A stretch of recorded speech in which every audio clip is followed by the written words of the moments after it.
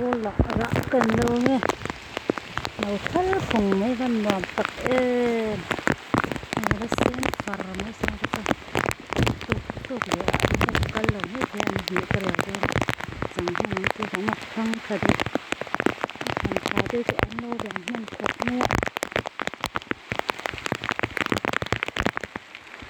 có đua ăn nấu liền tôi nữa thì mà cái lần nấu lúc thì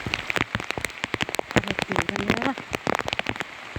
pha từ những cái này thì có hết liền thì tôi không cần đầu tiên tôi mà xem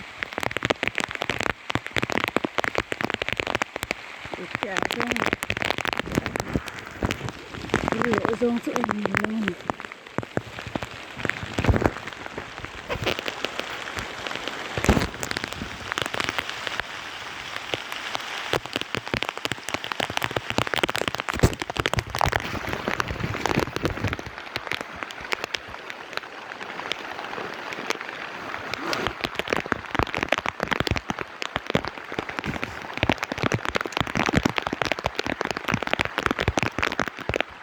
khai ra xem xem thì cái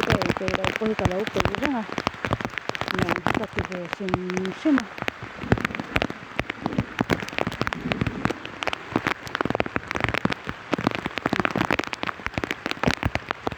ra được chưa là chẳng được rồi có khóc nè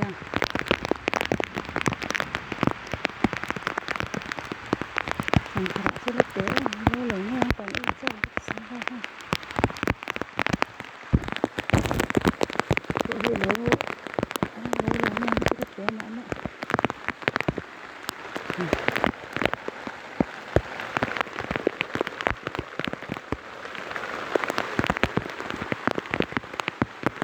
cái đây cái lỗ này hơn không thì còn lại các thì chỉ chẳng đi các tuyệt này